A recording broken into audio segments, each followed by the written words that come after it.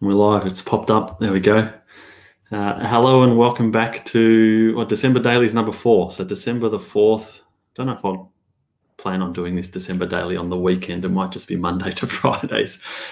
You've committed now, mate. You've got to. You're going to go the whole way. I didn't think of that at the start. I thought I'll just do it for the working week, but the title suggests that I might need to be doing it otherwise. As if anyone's there that's watching, there is a bit of a delay between us, sitting here talking live and it actually appearing on any of these platforms. But I'm not alone today, so I've asked Shaun Albert to come along and join me for a chat. Shaun, thank you for taking some time out of your day to join me. Thanks for having me, mate. It's a position of great esteem. I'm sure there's many people out there who would love to be doing this. Yeah. Well, if anyone else is interested, yell out and let me know. But I did ask you to come along and join. You commented on one of the other ones I did earlier in the week, so thank you for that. That helps, and good to catch up with you, I guess, more than anything. Yes, it's been a while with the year that we've had.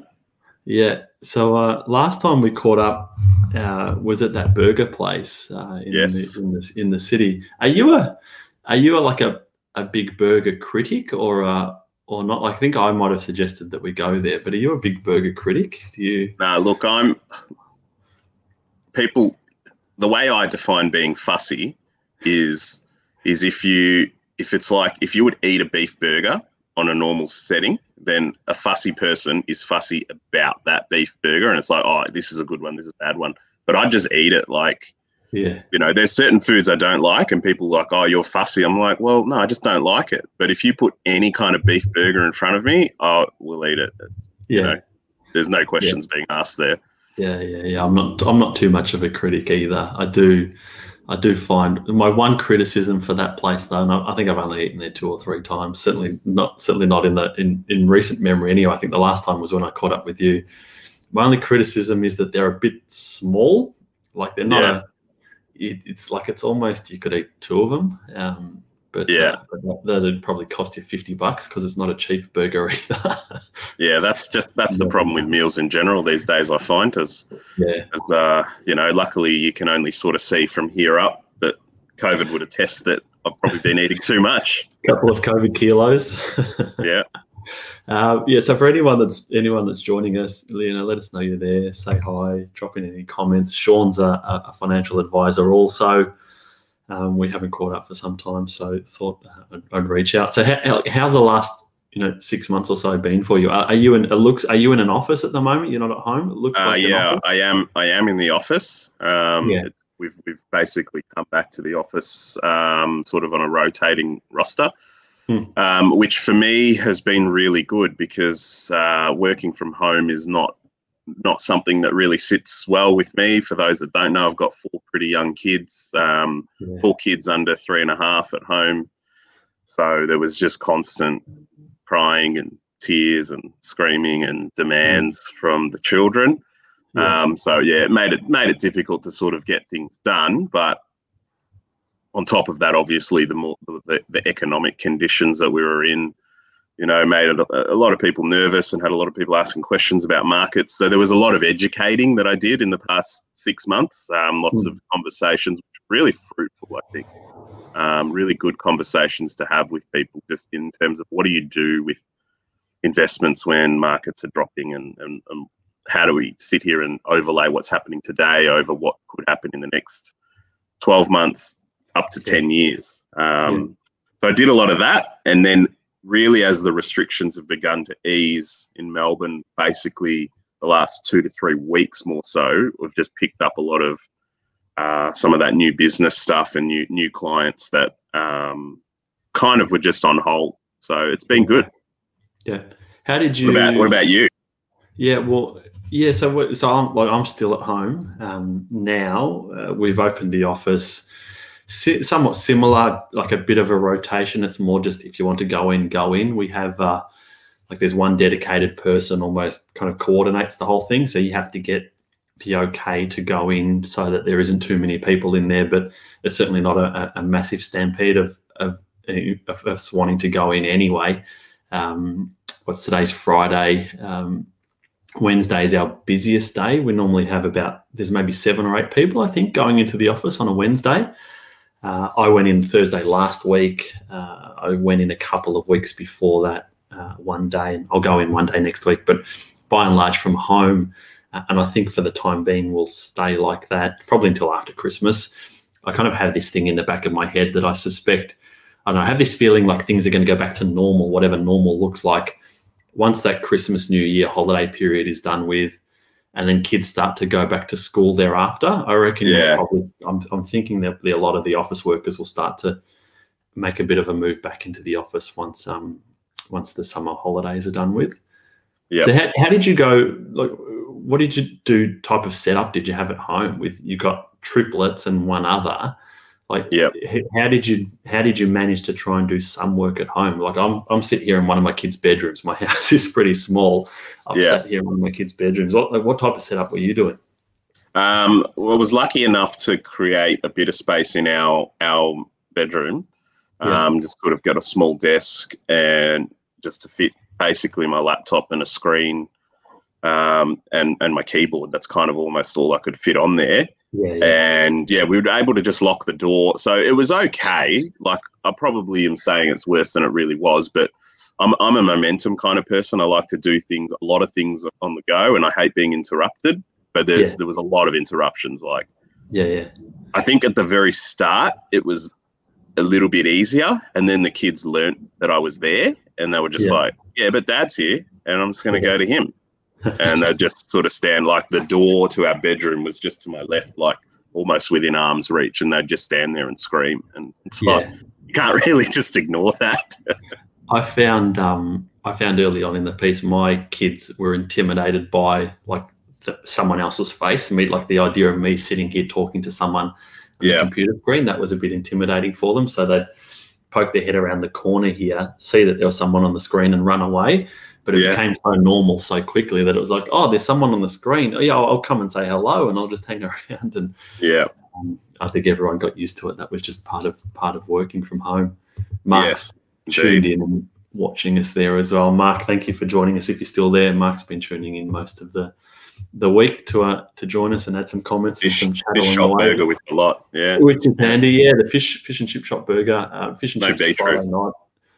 Fish and chip Friday night in my house. So we'll off to the fish and chip shop a little bit later today. So you mentioned clients there. Like, how were you finding clients fared through all of that? I guess you got the standard line that I'm sure most of us advisors rolled out. Just stay the course. We planned for things like this. No one obviously saw it coming, but things like this. But how were your clients going? Were anyone terribly freaked out? Like, do you want to talk about that? I wouldn't say anyone was terribly freaked out. I had probably 2 that were really questioning that strategy in terms of, but my friends told me, and things like that. Most people were of the view of like, oh, look, it's nerve-wracking, but we understand, this is why we have a longer-term strategy at play. It was probably only a few people that were kind of really saying, oh, I'm just really not sure this is the right thing to be doing. And maybe even more recent times, a few people very nervous about actually then investing from nothing, like people that had cash and saying, okay, we're going into the market. As it's recovered, now they're like, oh, it's too expensive. So, and my take home, as you sort of said, is for most people is if you've got time, there's no point in sitting in cash today. I'm not saying be silly and just throw your money at whatever. You still got to do due diligence and have a strategy. But if you've got time on your side, you've got to invest, especially with cash rates as they are. You're just going backwards every day. Yeah. Was there any split in the demographics? Like some of my so I've got clients that are in their 30s and 40s, that kind of age bracket, and then there's the more retiree type. I noticed in the clients that I work with, and it'd be interesting to see what your experience was. Those younger ones were kind of more quickly came around to the view that I have the time ahead of me, and so they were actually, and I'm actually glad that they went about doing it. They were probably a little bit more aggressive. They saw these drop down to say, well, look, I'm still working. I've still got a job, so that's okay. You know, my bills are covered because I'm working. And they wanted to be a little bit more aggressive with their investing, maybe ramped it up a little bit. Whereas, probably rightly so, those older retiree type clients, no one really panicked, but were questioning things a little bit more. Certainly, I had to have more conversations with them than I did the younger ones. The younger ones were saying, hey, it's dropped. This is great. How do I pile more money into the share markets? What was like the split of conversations you were having? Funnily enough, I would probably say it was almost the opposite for me. Yeah. My sort of ones that are either retired or getting closer to retiring were like, hey, this is great. You know, what I was going to invest in yesterday is now 10, 20 or even 30% cheaper. Yeah. And it was the younger ones who maybe don't have as much experience or really haven't done as much with me who were really nervous. And obviously upon talking through, they sort of all came around, and especially now have seen the benefits of sticking in what we had. Yeah. But I would have said sort of in March when the markets were really dropping, that it was my older, more seasoned, I guess, people who were just like licking their lips and going, yeah, let's get in this, let's throw more at it. And I was, if anything, kind of cautioning them, saying, well, let's not go crazy. Let's just, let's be considered and just stop and think. We don't need to do things immediately. Let's still have a plan. Yeah. Maybe not 100% that, but that was the general feel for me. Were they clients that had been through similar events beforehand, like maybe not working with you, but had been involved in investing? Like, I just got off a review meeting with a client of mine that's, I'm not sure how old he is. He's probably close to 80, and we were just talking now, saying like, I've been through this plenty of times before, so I didn't panic him. Was that the older clients? Look, probably, yeah. All of these people would have experienced the GFC to some degree. Volatility is kind of not something new to them. And a lot of the clients that I sort of work with as well, they're really using me and my firm sometimes for some of their money, not all of it, and they're actively invested themselves. And that's sort of like, it's a little bit of a hedge in some ways. It's like, well, I'm going to go and invest here and see and have a little bit of money elsewhere doing some other things. It really is a bit of a mixed bag on my end, but definitely the people that felt confident had been through it before. Yep. And as I said, the ones that were sort of asking questions, would have been very early in their working careers when GFC hit. They would have been in mid-20s and maybe early 30s. And now as, 35, 45-year-olds, they're kind of going, well, we've never been through something like this, especially with as much media attention as we've had. Yeah, and I had a couple of comments from clients to say that, that 10 years ago, well, I didn't have any money to worry about, or you're saying very early on in my career, I only had $40,000 in my super fund. Now there's a whole lot more money in there, so it's it's a bit more to worry about than what it was back then. Yeah, I mean, I don't know if you've watched the show Billions. I think is it a series? Yeah, it's a series. I saw one. Yeah. I've seen the first episode of it. I haven't watched it. Yeah, look, it's a fair bit of drama. Like but it's obvious. It's a lot of hedge fund managers and whatever. But there's a quote from a guy in there and basically that's what he says. He says when he was young and he didn't have a lot, it was nothing to risk everything. Like take all the risks, because if he lost it, he kind of like, well, I haven't got anything anyway. But when he sort of had got to the other end of his career and he would become incredibly wealthy, he's like, suddenly taking big risks seems like a bigger deal. And that's something that I do coach my clients through as well, is just because you've got more money and you've got more experience doesn't mean that taking the same amount of risks is the right approach. As you kind of grow your wealth, you can diversify and do a lot of different things to kind of assist in stabilizing your portfolio moving forward as well. Yeah, I find it's an interesting point. Yeah, I've noticed that myself in that this you kind of get the more assets someone has, certainly I've seen the greater the fear, they fear losing it more. Yeah. Whereas those that don't have quite so much as I don't have that much to begin with, so there's not that much to lose. And it's an interesting situation. Well, I had a meeting with some prospects just this week, and they're nearing retirement, and he said to me that he's got 20 odd grand in some form of cryptocurrency, and was talking about putting 100 grand in on top of selling a house and putting another 100 grand in. And I just said, well, how would you feel if you lost that 20 grand? And he goes, well, like it wouldn't be great, but it's not going to destroy our life. And I said, well, what if you lost 100? And he went, yeah, I'd feel a little bit worse about that.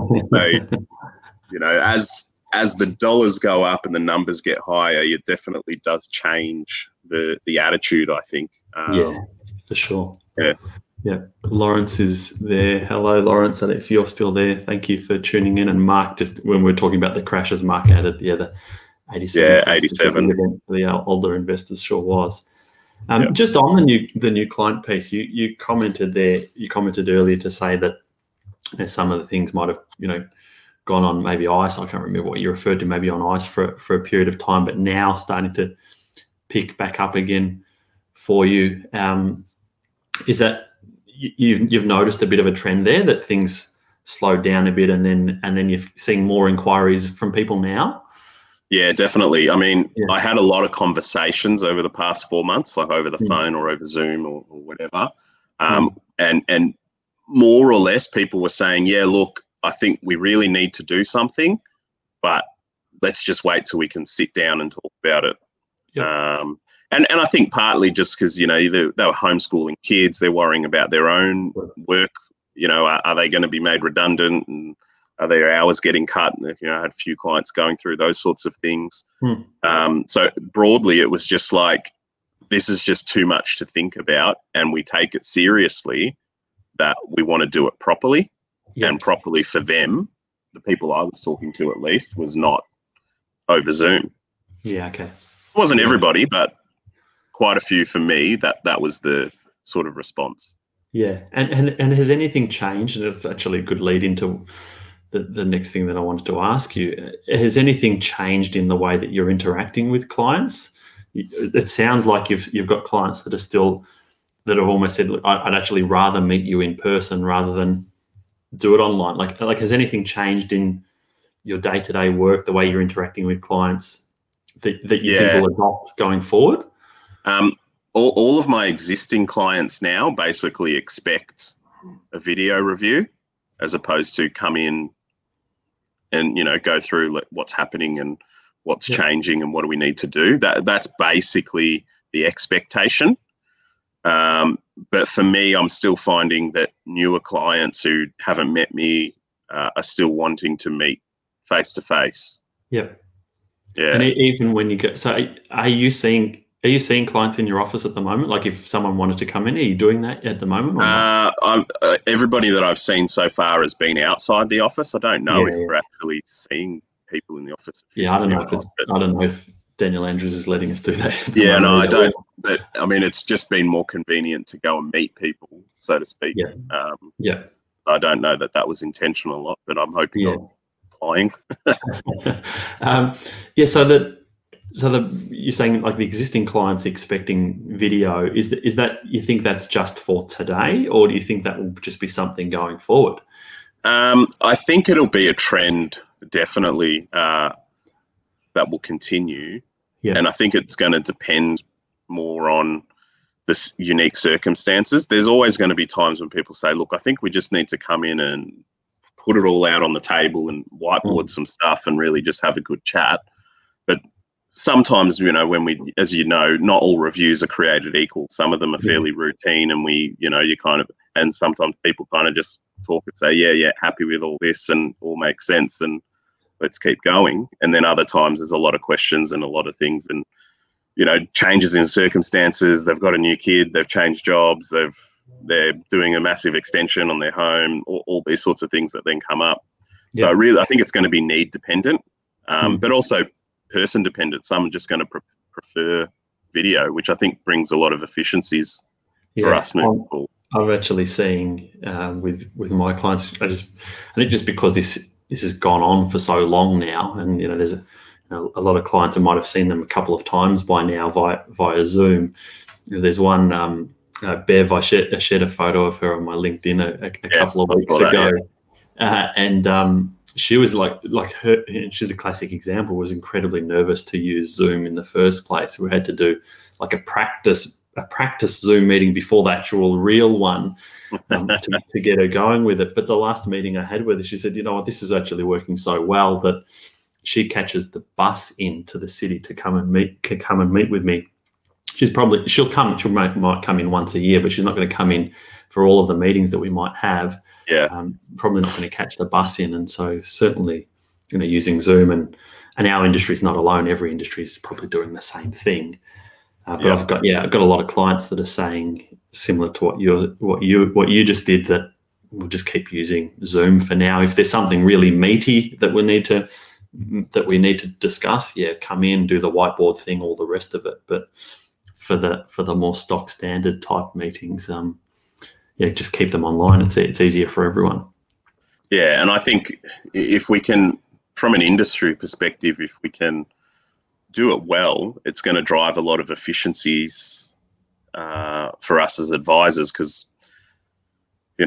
even having people, if you're going out to see clients, that's even more time consuming, but even them coming in, you spend a lot of time sort of in meetings, and then sometimes those meetings turn into lunches, and then lunches turn into late lunches, and then you walk home. So if we can really drive some efficiencies, that'll be a good thing as well. I mean, I'm always open to engaging with more people, and if we do it more efficiently, I think that's a good thing as well.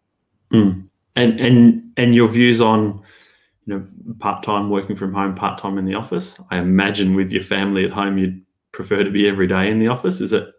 Look, for me personally, I'm much more efficient and effective in the office.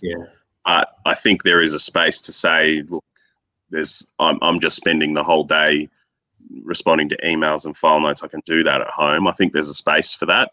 And for me, that might be, maybe once a fortnight as opposed to once or twice a week.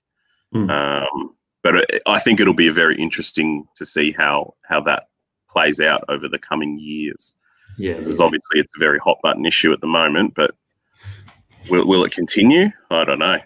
I don't know. I think there's a lot of people that are keen to, at least for the time being, give it a go. This 2 or 3 days a week at home, or 2 or 3, and the alternative in the office. But I mean, I talk to friends or colleagues, and some people say I could do my entire job from home and not have an issue, and then others are all like, I need to get out of the house because I just can't mentally switch on. I think there's room for both, and maybe as with a lot of things, the balance is somewhere in the middle. Yep. Good. Look, we might leave it there, Shaun. We're up to nearly 25 minutes. It's gone. It's gone for a while. Mina's just joined in. I don't know how long you've been there, Mina, but thank you for jumping in. Lawrence replied before to say yes, he was still there, so he may be still there now. If anyone, we'll wrap this up in the next 30 seconds or so, but if anyone's got any questions or comments for either Shaun or I, drop them in there now. There is a bit of a delay between us talking and it appearing live anyway. So, but yeah, thanks for joining me, Shaun. It's no worries, mate. Thanks for having me. Rather than trying to think of a topic to talk about for 10 or 15 minutes. So you do well. Keep it up, mate. You're doing a good job. I got to think of some stuff to talk about next week now. Hey, you got Saturday and Sunday. Don't forget, mate. Yeah, maybe I'll make that a little bit less financial advice-y, a little bit more what's going on in my life. And the other challenge that I need to get across, I'm working next week, but the following week I'm taking off. So we're going away, and I don't know how well my wife will like it if I'm just going to go and do a LinkedIn live for 15 minutes. You made a commitment to the people, but you made a commitment to your wife first. So might need to pause it for the week. We'll see how it goes. Yeah, look, Shaun, thanks for joining me. I hope you enjoy the rest of your day and enjoy the weekend with your family. You too, mate. Thanks for having me. It was good. Catch you in person at some point soon. Yeah, absolutely. Cheers, Shaun.